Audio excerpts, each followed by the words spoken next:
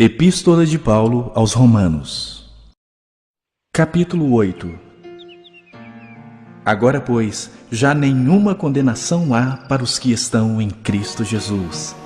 Porque a lei do Espírito da vida em Cristo Jesus te livrou da lei do pecado e da morte. Porquanto o que fora impossível à lei, no que estava enferma pela carne, isso fez Deus enviando o seu próprio Filho, em semelhança de carne pecaminosa e no tocante ao pecado.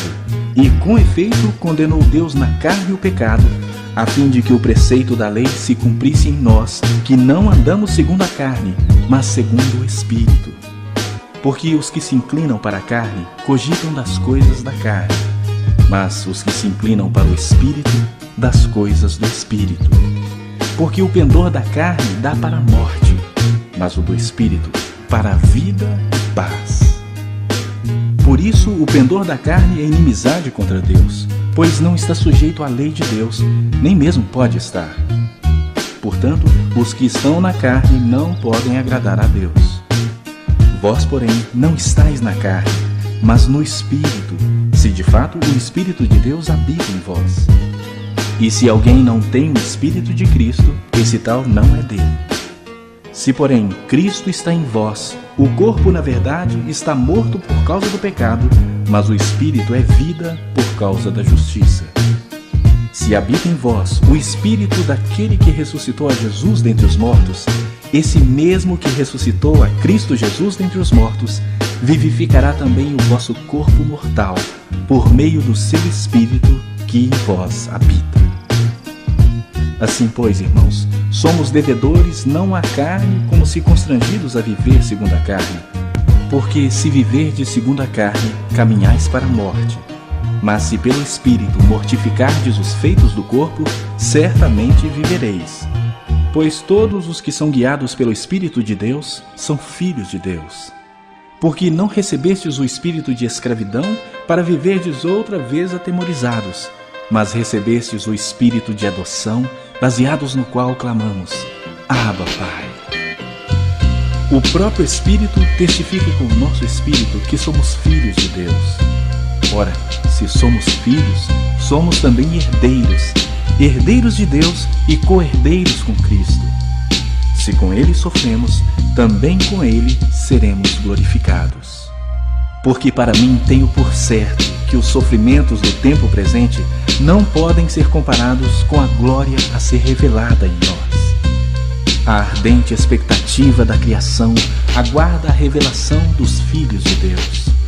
Pois a criação está sujeita à vaidade não voluntariamente, mas por causa daquele que a sujeitou, na esperança de que a própria criação será redimida do cativeiro da corrupção para a liberdade da glória dos filhos de Deus. Porque sabemos que toda a criação, a um só tempo, geme e suporta angústias até agora. E não somente ela, mas também nós, que temos as primícias do Espírito, igualmente gememos em nosso íntimo, aguardando a adoção de filhos, a redenção do nosso corpo. Porque na esperança fomos salvos. Ora, esperança que se vê não é esperança, pois o que alguém vê, como espera? Mas se esperamos o que não vemos, com paciência o aguardamos. Também o Espírito, semelhantemente, nos assiste em nossa fraqueza, porque não sabemos orar como convém, mas o mesmo Espírito intercede por nós sobremaneira, com gemidos inexprimíveis. E aquele que sonda os corações sabe qual é a mente do Espírito, porque, segundo a vontade de Deus, é que ele intercede pelos santos. Sabemos que todas as coisas cooperam para o bem daqueles que amam a Deus, daqueles que são chamados segundo o seu propósito. Porquanto aos que de antemão conheceu, também os predestinou para serem conformes à imagem do seu Filho, a fim de que ele seja o primogênito entre muitos irmãos. E aos que predestinou, a esses também chamou. E aos que chamou, a esses também justificou. E aos que justificou, a esses também glorificou. Que diremos, pois, à vista destas coisas? Se Deus é por nós, quem será contra nós? Aquele que não poupou o seu próprio Filho, antes por todos nós o entregou, porventura não nos dará graciosamente com Ele todas as coisas? Quem intentará acusação contra os eleitos de Deus? É Deus quem os justifica. Quem os condenará? É Cristo Jesus quem morreu, ou antes, quem ressuscitou, o qual está à direita de Deus e também intercede por nós. Quem nos separará do amor de Cristo? Será tribulação, ou angústia, ou perseguição, ou fome, ou nudez, ou perigo, ou espada?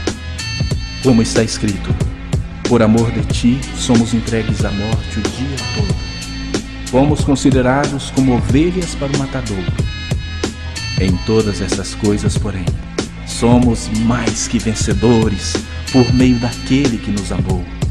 Porque eu estou bem certo de que nem a morte, nem a vida, nem os anjos, nem os principados, nem as coisas do presente, nem do porvir, nem os poderes, nem a altura, nem a profundidade, nem qualquer outra criatura poderá separar-nos do amor de Deus, que está em Cristo Jesus, nosso Senhor.